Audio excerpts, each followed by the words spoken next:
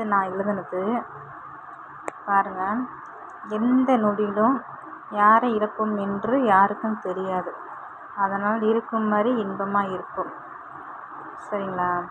ஆனால் யார் இடையில பாசத்தை கட்டி விட்டுட்டு போனாலும் ஃபீல் பண்ணாதீங்க. இருக்கிற வரையும் சந்தோஷமாக இருந்து போய்க்குவோம். நீ பெருசா நான் பெருசான்னு போட்டி போடாதீங்க. யாரையும் பார்த்து பொறாமப்படாதீங்க. இருக்கிறத வச்சு சந்தோஷமாக வாழ கற்றுக்கோங்க. ஒரு இது நான் நியூஸ் நிறையா பார்த்துருக்கேன். எல்லா நியூஸ்லையும் பார்த்தீங்கன்னா காசு பணம் சொத்து நகை இதுதான் பார்க்குறாங்க.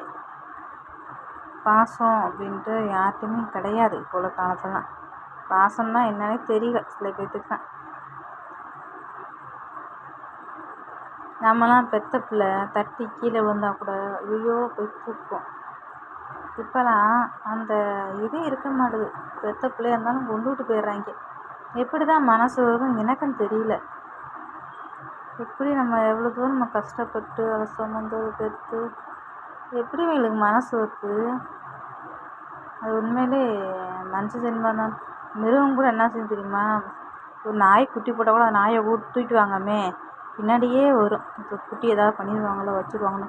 கோழி தூக்கி பாருங்க, கோழி குஞ்சை கொத்து அதுக்கு இருக்க பாசம் கூட மனுஷ ஜென்மத்துக்கு இல்லை. இருக்க சந்தோஷமாக இருந்துட்டு போவோம், அவ்வளோதாங்க. பிடிச்சிருந்தா லைக் பண்ணுங்கள், மறக்காமல் சப்போர்ட் பண்ணுங்கள். ஓகே, பாய்.